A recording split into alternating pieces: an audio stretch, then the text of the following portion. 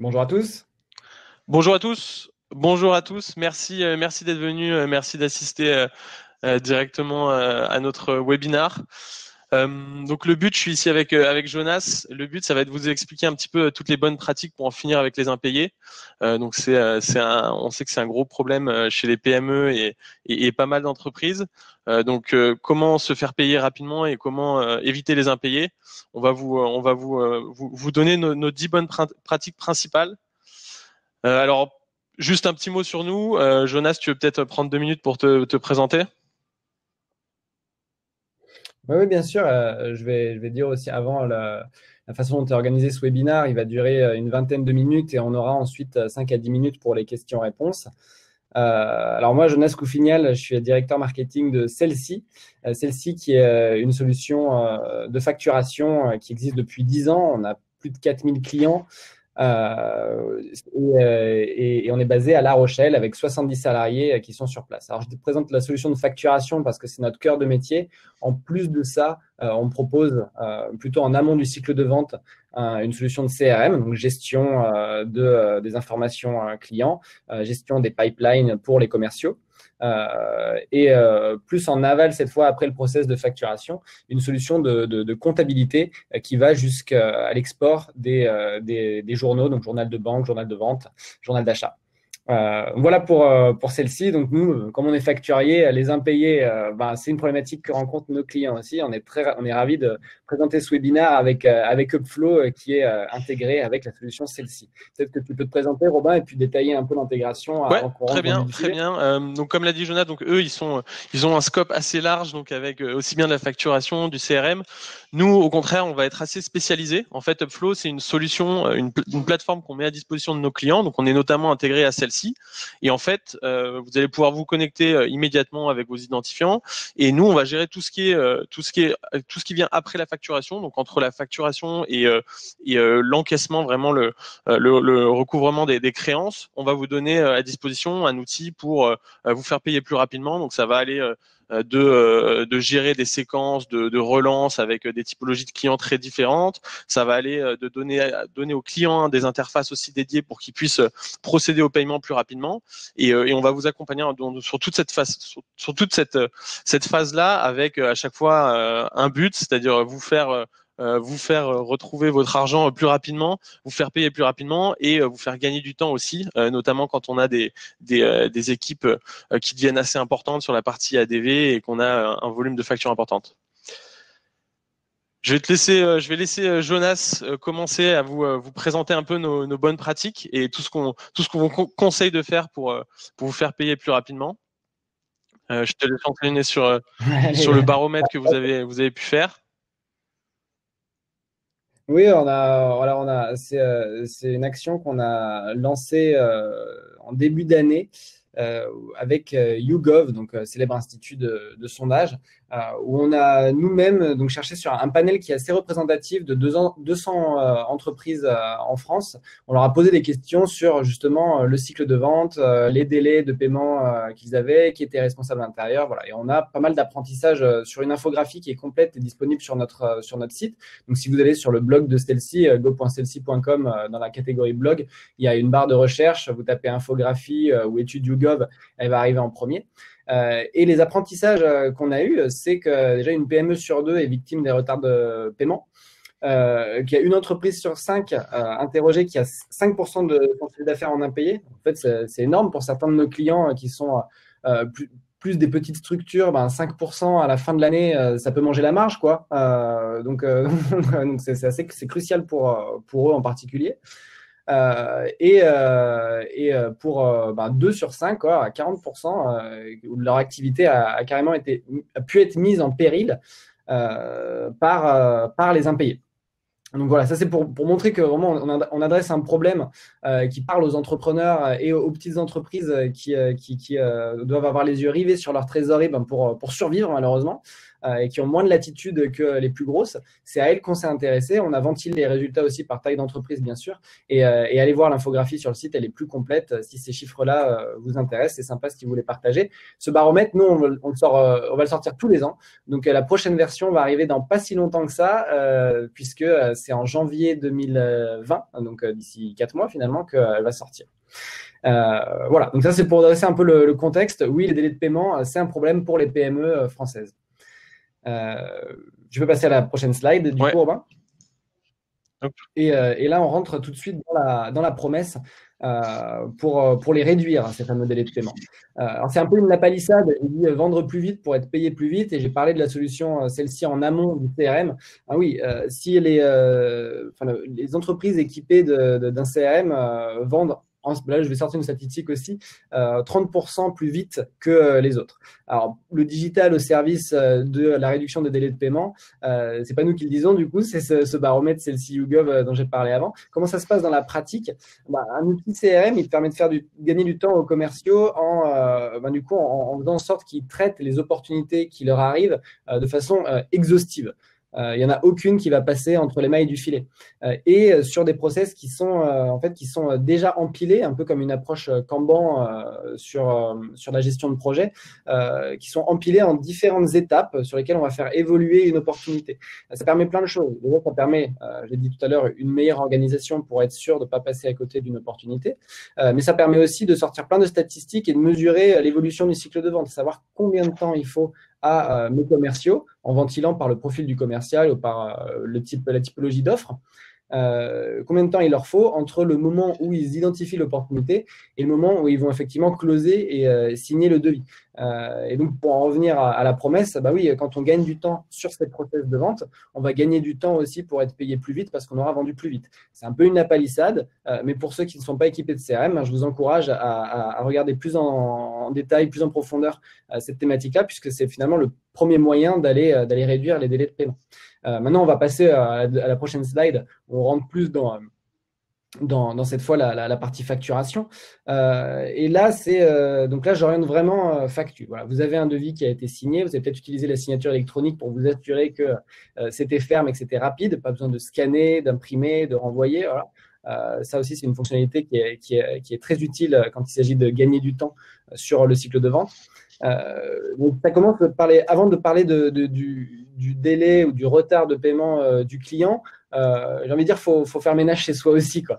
Est-ce que vous êtes au clair sur la vie de la facture en interne dans votre société? Donc, c'est pour ça que j'ai mis en premier point sur les flèches mapping de la vie de la facture, avec une revue de chaque étape finalement et des rôles de chacun dans le traitement de cette facture. Je vais vous prendre un exemple. On a un client que j'ai interviewé le mois dernier pour en savoir un peu plus sur l'usage qu'il avait de la solution celle-ci facturation. Il m'expliquait qu'il utilisait effectivement un CRM et qu'ensuite de ce CRM, le commercial, il avait son devis qui était signé, il allait, donc il faisait la fête, il était content, puis il allait passer ça à l'ADV, ça se retrouvait sur une pile, et puis l'ADV traitait ça au milieu d'autres. Donc ADV pour l'administration des ventes, hein. Donc la personne en charge de la facturation, traitait ça au milieu d'autres tâches finalement qu'elle avait dans l'entreprise. Et en fait, cette facture-là pouvait rester sur la pile pendant 1, 2, 3 jours, après 3 jours de perdu. Donc mapper la vie de la facture, identifier là où quelles sont les étapes, de quelle étape elle va passer et entre les mains de qui, ça permet des fois d'identifier, c'est le troisième point que j'ai mis, des points bloquants en interne où on peut déjà gagner du temps. J'ai mis de nouveau une lapalissade qui arrête de payer plus vite, c'est d'abord facturer plus vite. Voilà, ça c'est faire le ménage chez soi avant de mettre en question le poste client. On peut passer à la troisième bonne pratique. Et là, je vais rentrer plus dans le produit cette fois.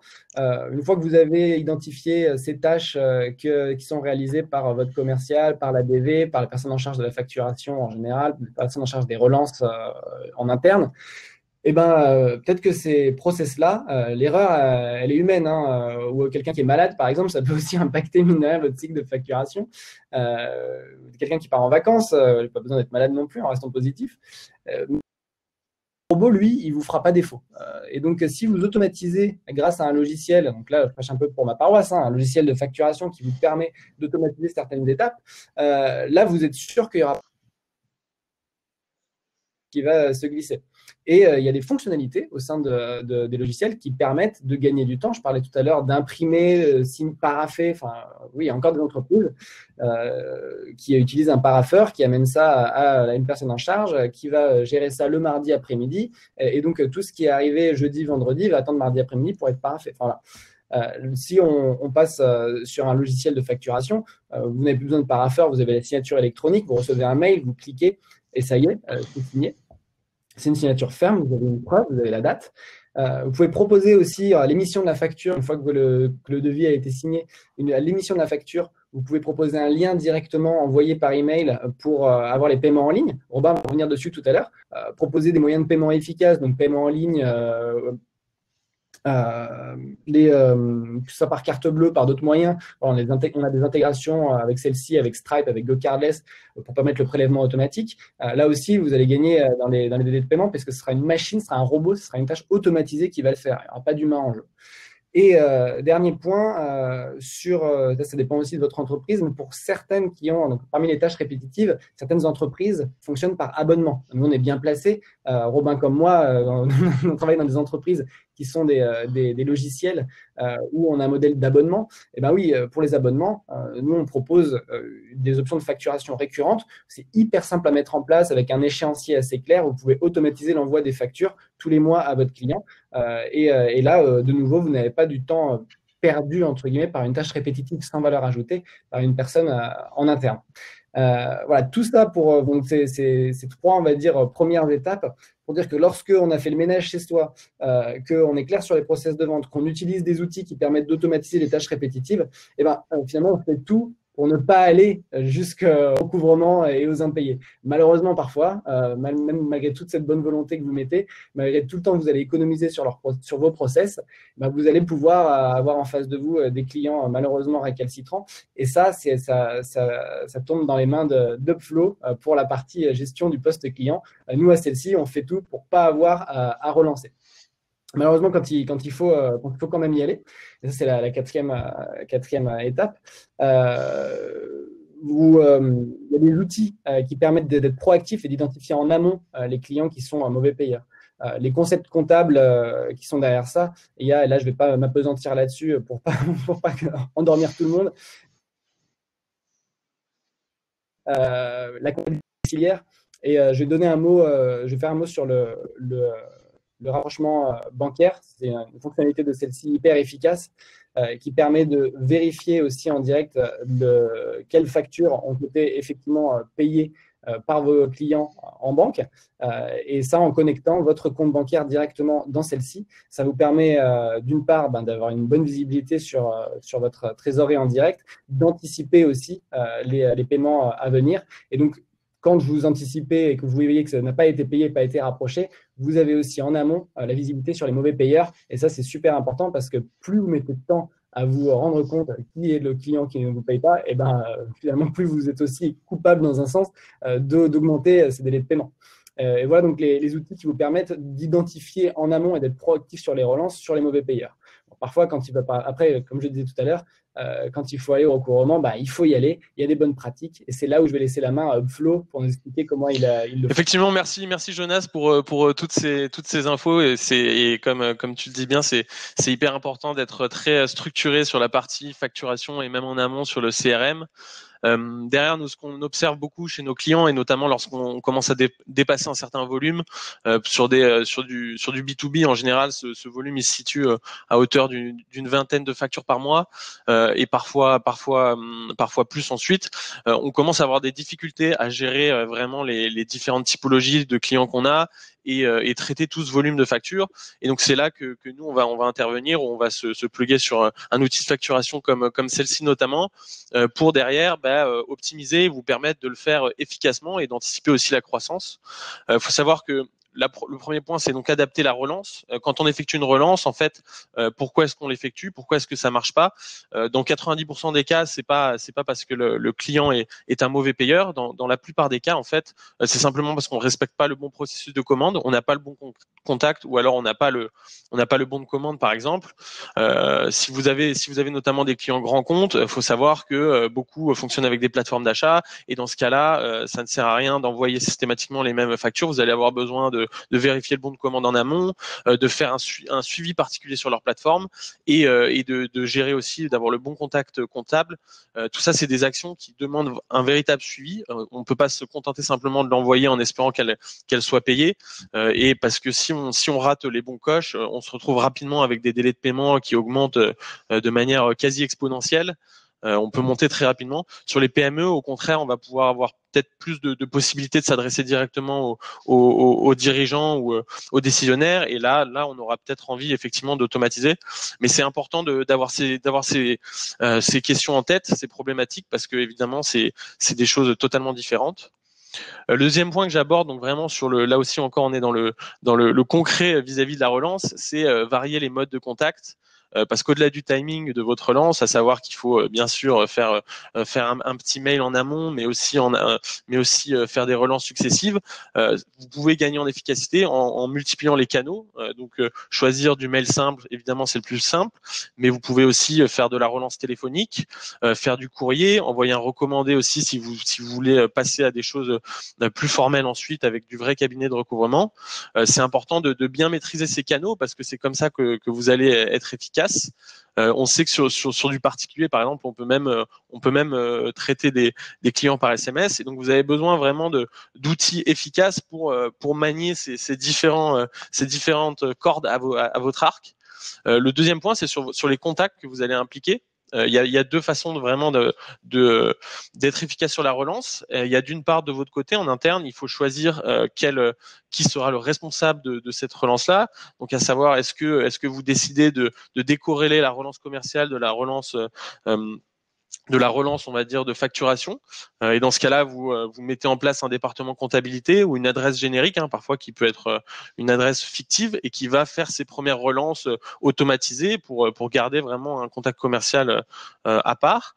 Mais ce qui marche très bien en général, c'est au bout d'une certaine durée, un certain retard de paiement, vous allez avoir peut-être intérêt à impliquer là votre commercial ou une autre personne de l'équipe.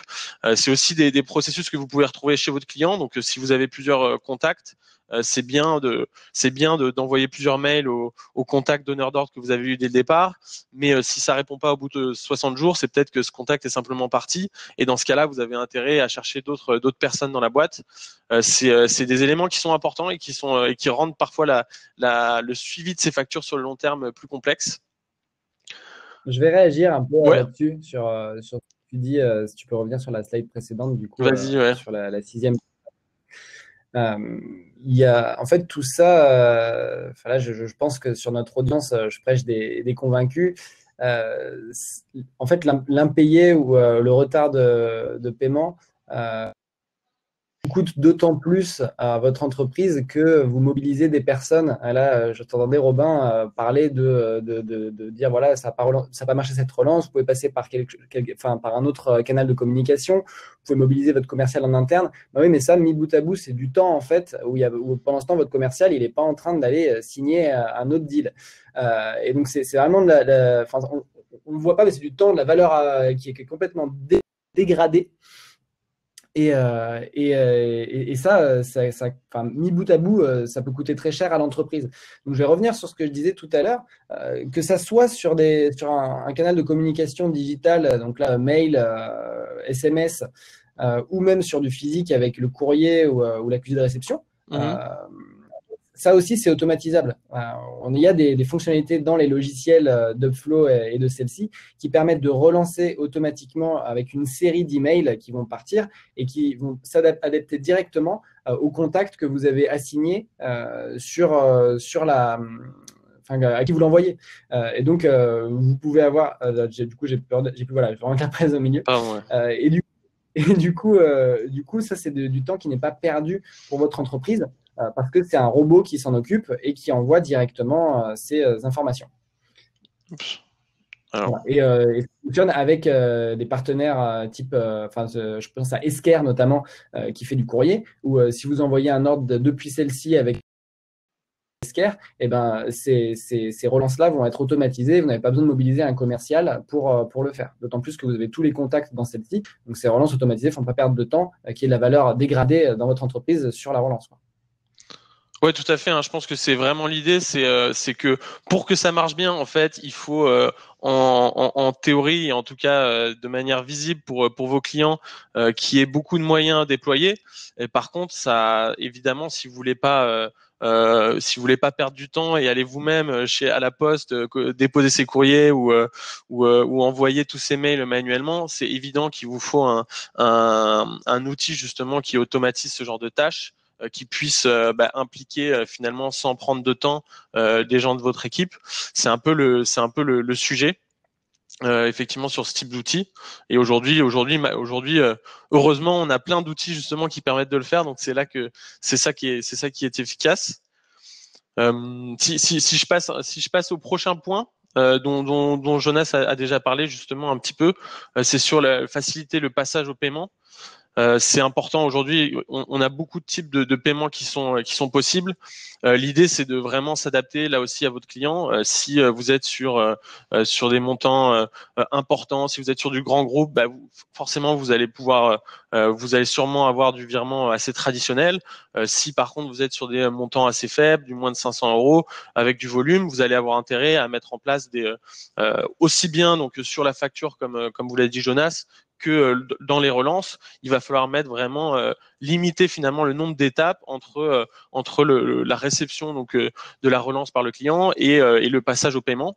Donc ça passe par des petits outils, des boutons de passage à l'action et lui mettre vraiment à disposition tous les éléments dont il a besoin pour procéder au règlement. Donc ça peut être un RIB qui doit être bien sûr disponible, ça peut être aussi un encours global.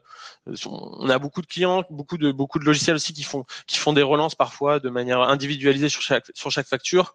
Faut savoir que un client qui reçoit cinq mails différents sur 5 factures différentes, il va avoir beaucoup plus de mal à payer qu'un client qui a une interface globale où il voit toutes ses factures, il peut toutes les télécharger et il peut procéder au paiement global. C'est un peu ce genre d'outils aussi qu'on peut mettre à disposition. Derrière, il y a aussi d'autres possibilités, hein, comme Jonas en a parlé, le prélèvement qui peut être très intéressant, avec garder aussi toujours en mémoire la typologie de votre client. Le prélèvement, par exemple, vous avez un droit de remboursement 70 jours après. Donc, si vous avez des clients un peu sensibles, il faut pouvoir anticiper ce genre de problème s'il y a des remboursements, des choses comme ça qui interviennent. Ça, c'est pour le passage au paiement. Mon point suivant, c'est sur vraiment les informations de facturation, notamment à partir du moment où vous allez rentrer vraiment dans la relance. Il y a la majorité des retards, comme je vous l'ai dit, c'est essentiellement dû à des mauvaises informations. Parce que vous n'avez pas les bonnes infos à disposition et ça regroupe à la fois des infos de process de facturation, des infos de contact, des infos d'historique aussi. On voit beaucoup de gens qui externalisent la relance. Ça peut être une solution effectivement pour gagner du temps, mais dans ces cas-là, il faut avoir le bon outil justement pour avoir toutes les infos à disposition, parce que si vous rappelez sans arrêt la même personne, mais qu'au final vous n'avez pas le bon contact ou pas les bonnes, ou vous n'avez pas pris le bon suivi sur les actions que vous avez eues lors de la première relance, vous serez pas efficace. Et donc ce qu'il faut, le gros danger qu'on voit chez certains clients, c'est typiquement la relance qui est gérée par une seule personne dans son coin avec un gros Excel très compliqué, très automatisé, mais qui malheureusement n'est pas du tout communiqué, n'est pas du tout communicable au reste de l'équipe. Donc on a une impossibilité de prendre le relais si la personne est absente, si le volume augmente, on est très limité très rapidement et on n'a aucune traçabilité. Donc pour avoir cette traçabilité et pas seulement sur les factures, mais aussi sur les échanges, vraiment, on vous invite à passer à des outils qui permettent cette consolidation sans vous demander davantage de temps.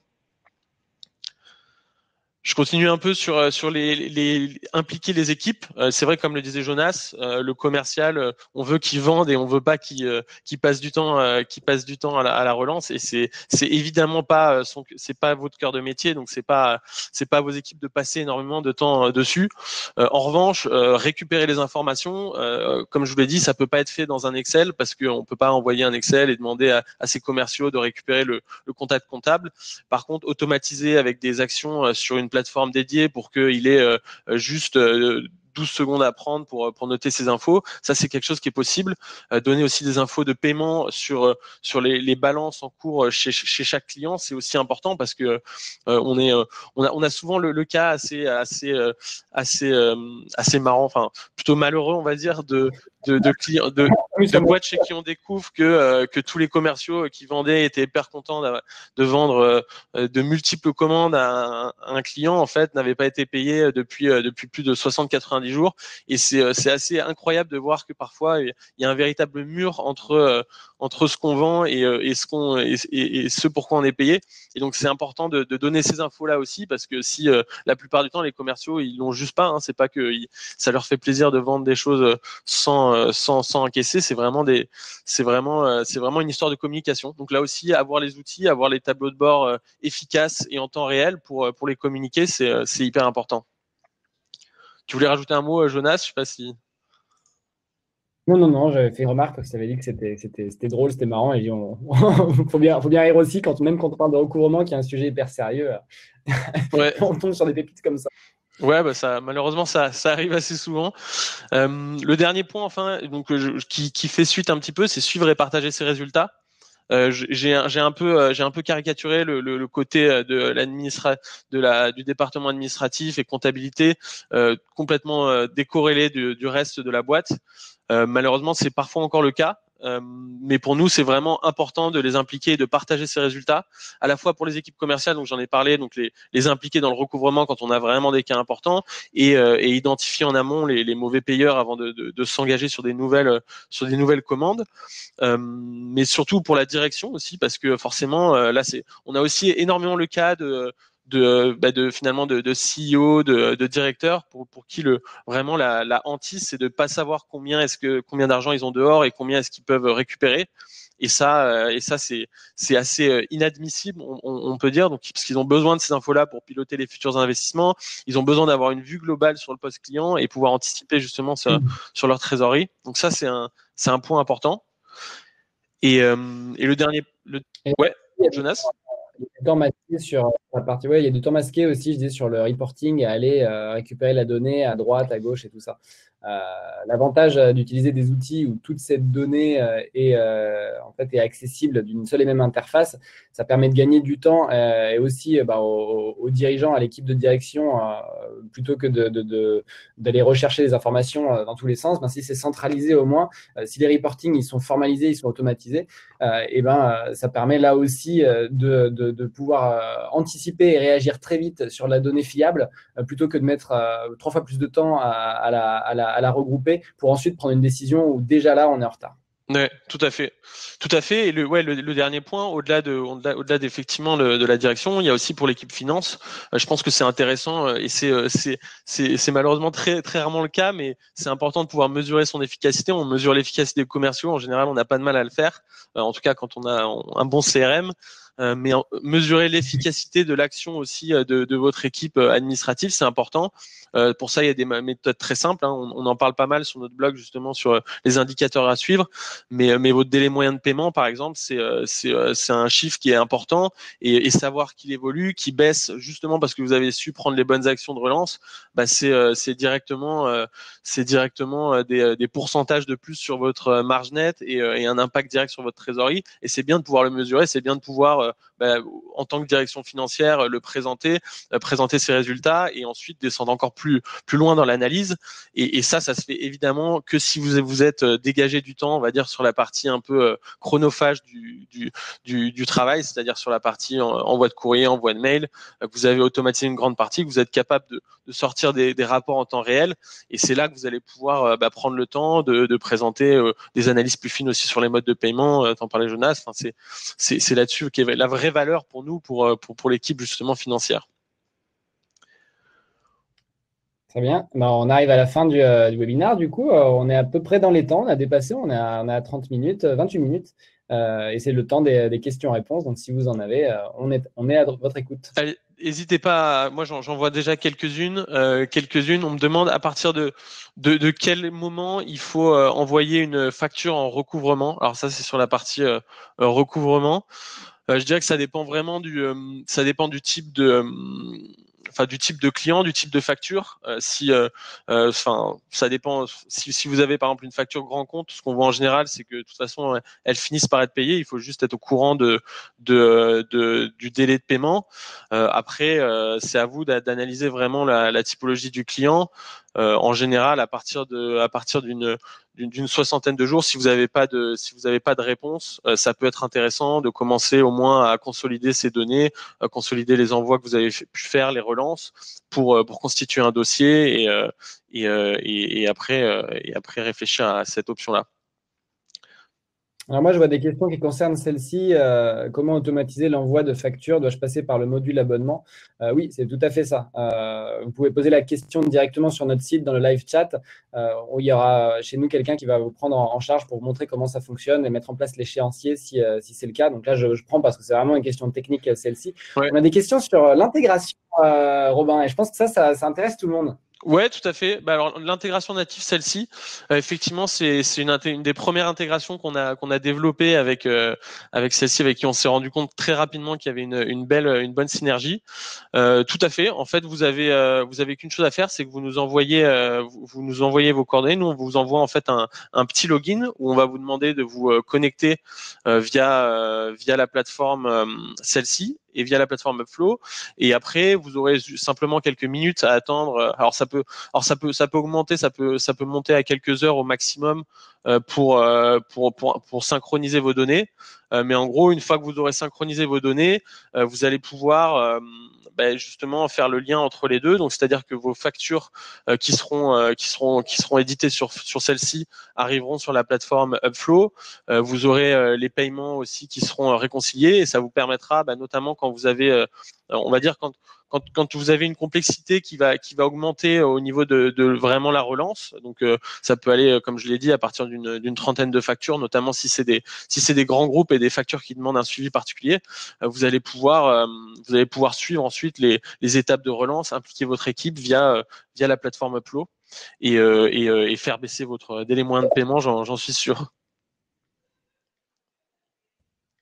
Alors, on a encore pas mal de questions qui arrivent. Alors, comment peut-on convaincre les commerciaux, que baisser le temps de recouvrement est important pour l'entreprise? En général, ils disent que l'argent finit à rentrer tôt ou tard et ne se sentent pas toujours super concernés pour se faire payer dans le temps imparti. Alors, très bonne question. Je pense que ça, c'est vraiment à la direction de prendre. Je sais pas, tu veux répondre là-dessus, Jonas, ou? Ouais, alors je pense que pour les convaincre, c'est important que ce soit une décision vraiment prise par toute la direction. Enfin, faire rentrer l'argent, ça devrait même pas être une question, ça devrait même pas être possible de challenger cette idée-là. En général, elle finit à rentrer tôt ou tard. C'est pas forcément vrai si vous avez vraiment un suivi des factures qui est mal fait. Si vous avez Non, je vais répondre là-dessus, ouais, en fait, pour être dans le concret sur la partie commerciale. C'est un peu dur, mais ça dépend de la relation et la culture que vous avez dans votre entreprise. Mais moi, sur ma première expérience, il y a 10 ans, ça commence à remonter, les commerciaux avaient dans leurs variables aussi une partie, enfin, le variable dépendait de ce qui rentrait effectivement en caisse.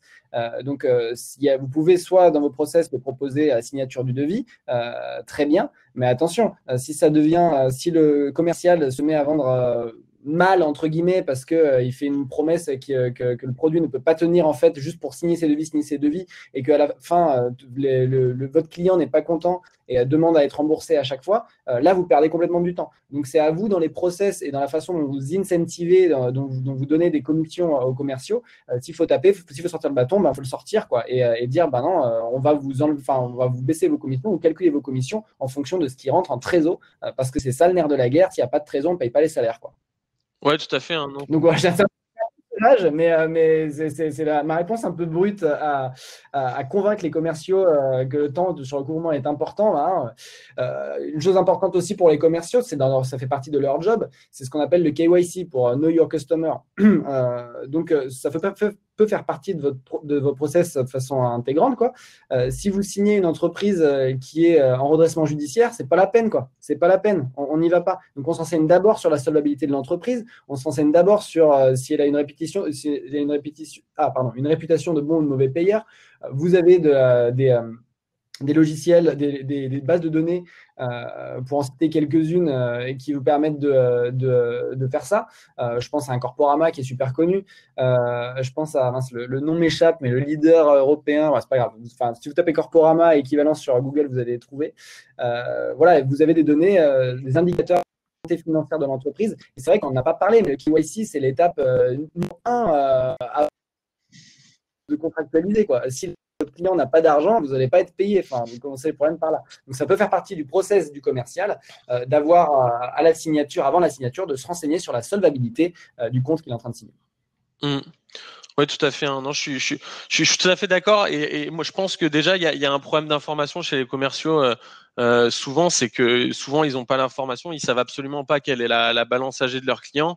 Donc déjà, communiquez-leur ces informations. Et si vous envoyez, je vais être très concret, mais je sais pas, vous envoyez une newsletter toute la semaine, en début de semaine, à tous les commerciaux, en leur expliquant que, en mettant un petit classement des plus grandes balances âgées par commercial, bah, vous aurez déjà sûrement des résultats parce que une fois qu'on voit son nom et qu'on voit à côté un montant exorbitant d'impayé, bah, on est tout de suite touché, et je pense qu'il y aura pas besoin de grand chose après pour les faire passer à l'action.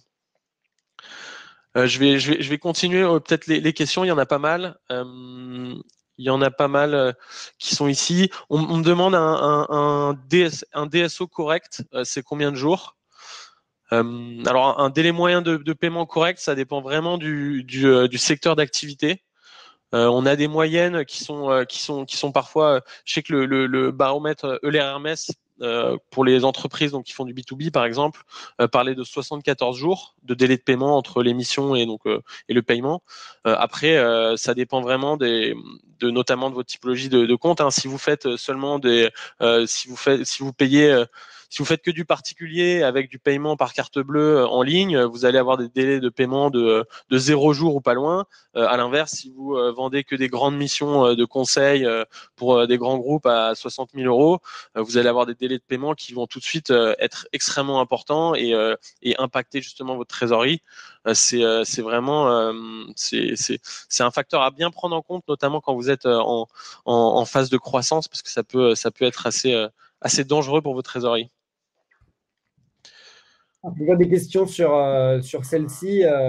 Encore, je vous renvoie vers le support de celle-ci directement quand ça concerne le produit. Je pense à Olivier en particulier qui m'envoie sa question. D'ailleurs, je l'ai transmise au support, mais je pense que déjà on arrive à la fin du sujet et qu'on n'était pas focalisé sur le produit en soi. Donc, notre support va vous répondre.